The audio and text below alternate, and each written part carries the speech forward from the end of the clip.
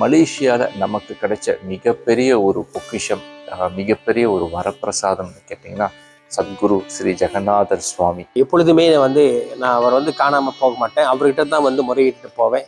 எது நடக்கணும்னு நினைக்கிறேனோ அது கண்டிப்பாக நடக்கும். ஆலயத்துடைய பேர் ஆத்ம லிங்கம்.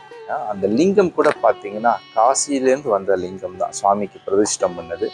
அந்த ஆத்ம லிங்கமாக சுவாமி அமர்ந்திருக்கிறார். இங்கே உட்காந்துட்டா கொஞ்ச நேரத்தில் பிளாக் அவுட் ஆகிடும். ஒரு 5 நிமிஷம் 10 நிமிஷம் பாடி ஸ்டன்னா பிளாக் அவுட் ஆகிடும். அது ஒரு மணி நேரம் 1.5 மணி நேரம், தமிழக்கு 2 மணி நேரம் கூட ஆகிருக்கு. அப்புறம் தான் திருப்பி நம்ம இந்த இடத்துக்கு வர முடியும். அது கோத்தம்புரம் நடந்த ஆக்சிடெண்ட்ல காடி கவுந்துருச்சு. சாமியோட நல்லெண்ணெயும் அந்த அந்த பன்னீர் பாத்தையும் உடையில. என்னன்னா சுவாமி எல்லாரும் சொன்னாங்க, சுவாமி தான் உன்னை காப்பாற்றினாங்க.